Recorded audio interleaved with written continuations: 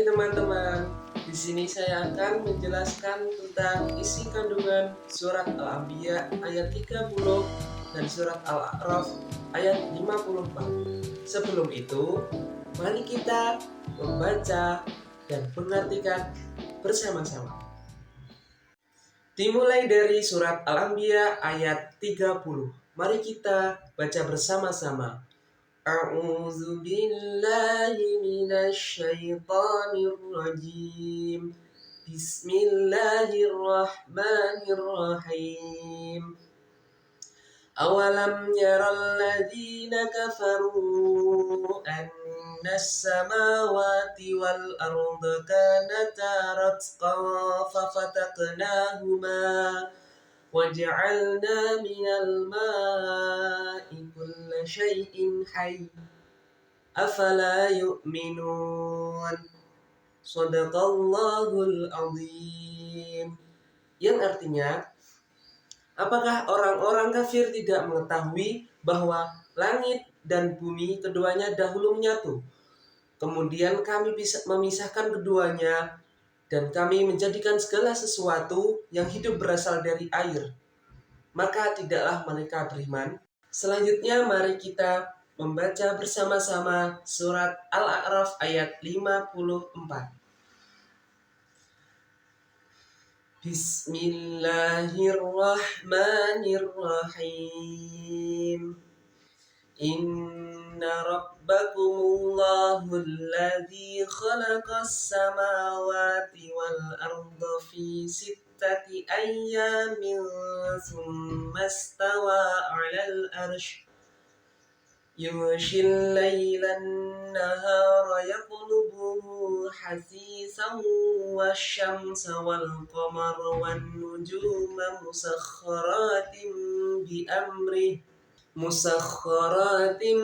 bi amrihi ala lahul khalqu wal amr tabarakallahu rabbul alamin. Shadaqallahul azim. Yang artinya, sesungguhnya Tuhanmu adalah Allah yang telah menciptakan langit dan bumi dalam 6 masa. Kemudian Dia berkuasa atas arsy. Dia menutupkan malam pada siang yang mengikutinya dengan cepat. Dia ciptakan matahari, bulan, bintang-bintang tunduk pada perintahnya. Ingatlah, hanya miliknya lah segala penciptaan dan urusan. Maha berlimpah anugerah Allah, Tuhan semesta alam.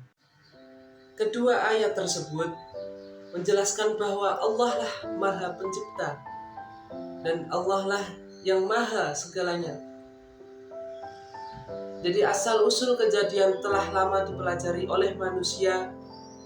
Hasilnya adalah munculnya berbagai ilmu pengetahuan, astronomi, kimia, biologi, fisika, geografi, antropologi, dan sebagainya. Semua ilmu tersebut diungkap oleh manusia dengan melihat keadaan alam semesta yang telah diciptakan oleh Allah yang Maha Kuasa. Selanjutnya adalah pesan Nabi Muhammad SAW tentang menguasai ilmu pengetahuan dan nilai-nilai yang dapat kita petik pada penciptaan dan pengaturan alam semesta.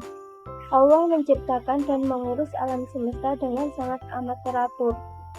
Untuk memahami alam semesta, kita diberi akal dan kecerdasan yang kita gunakan untuk mengungkapkan rahasia alam dengan melahirkan cabang-cabang ilmu.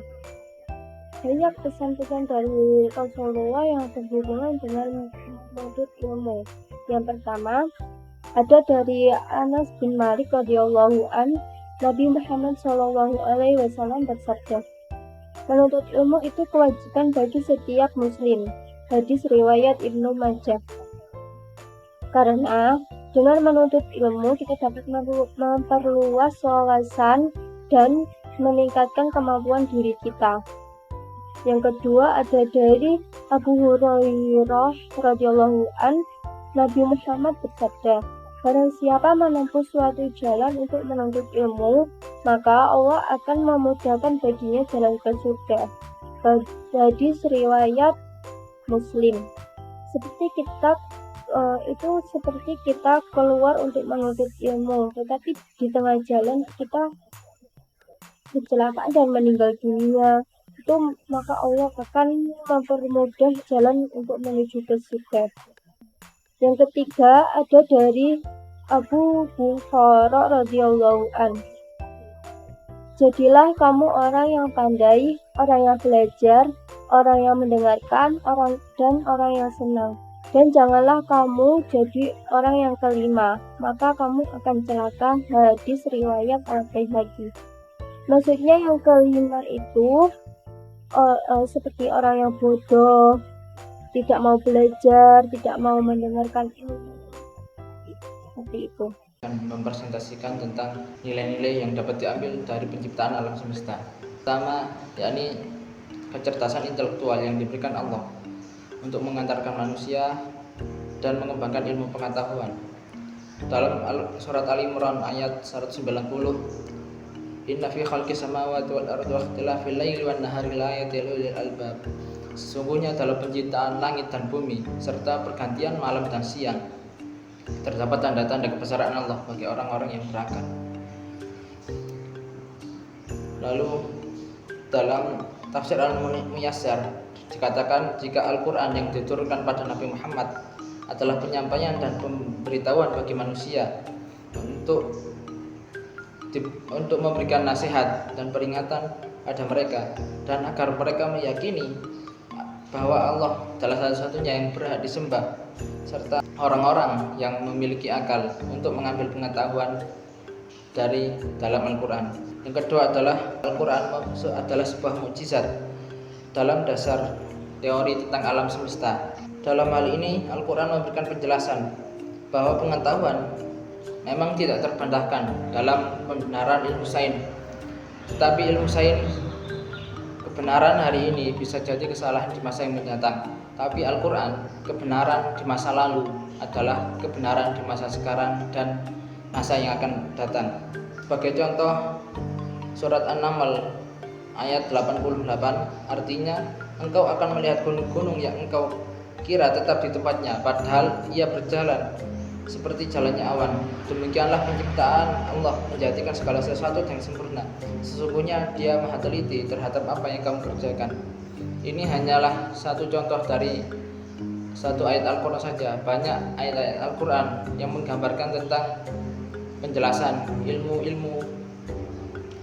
tentang ilmu-ilmu sains yang belum diketahui oleh umat manusia di zaman sekarang.